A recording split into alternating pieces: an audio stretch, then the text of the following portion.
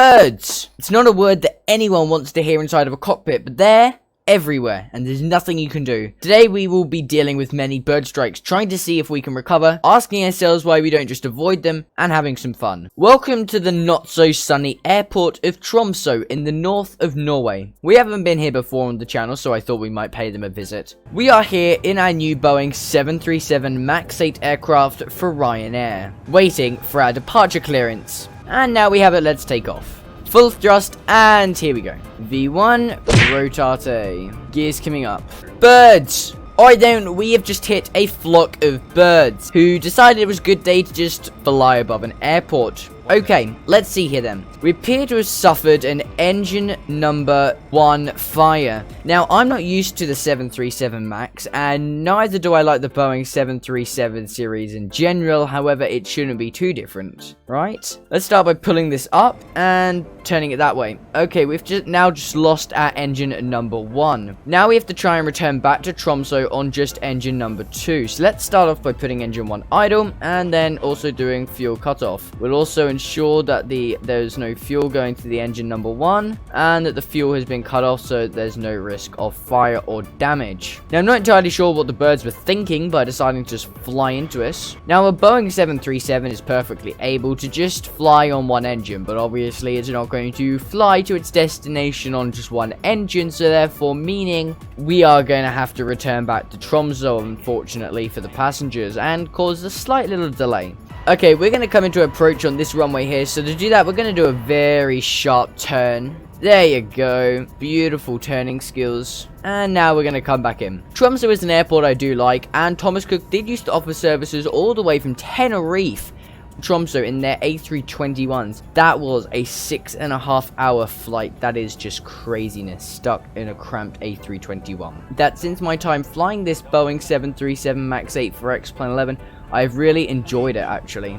Although it does keep telling me to not sink, and I'm not in fear of sinking right now. That's not my fear.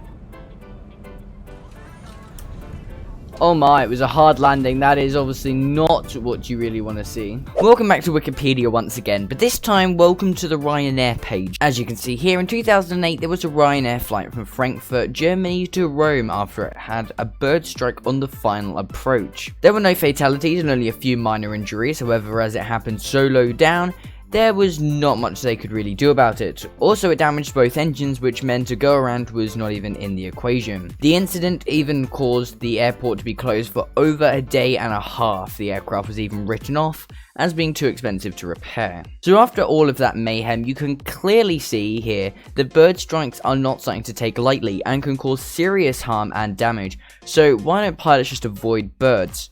Let's do a bit of maths first. If a plane is traveling at approximately 324 kilometers per hour, which is about 175 knots, the average takeoff speed for a Boeing 737.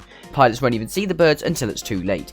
And to prove that, if the birds are even a whole kilometer away, they would have 11 seconds to avoid those birds. Yes, in an acrobatic aircraft that would still probably be possible, but the 737 just isn't that agile. And take the A380 average takeoff speed is 230 knots, which is 425 kilometers per hour. The plane would have 8 seconds, and that poor A380 can't maneuver like that, especially. After that maths has just killed my brain, let's just impractically try to avoid birds. So here we go. Let's depart this A380 out, and when we hit 230 knots, the birds will magically appear. Ah, birds. Okay, let's go down, let's go down. Okay, alright, now we need to pull back up again. Oh dear. Okay, oh dear. Okay, there you have it. So that's one reason as to why pilots don't force the plane down immediately. Let's try something else. Birds. Alright, let's fly back up. Dear. Okay, right, now we need to pull the plane. Now we need to push the plane down again.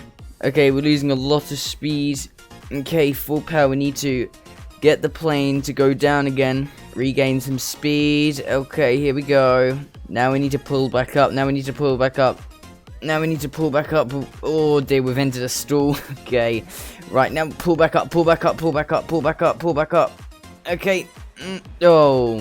That must be why pilots don't immediately pull upwards and then stall. Despite all of this, flying is still the safest method of transportation. And just remember that hitting birds is actually safer than avoiding them, as we have proven. For more explained failures, we have a playlist on the left. Okay, there's only one video at the moment, but if you subscribe on the right, then you'll be able to be notified when more videos come up.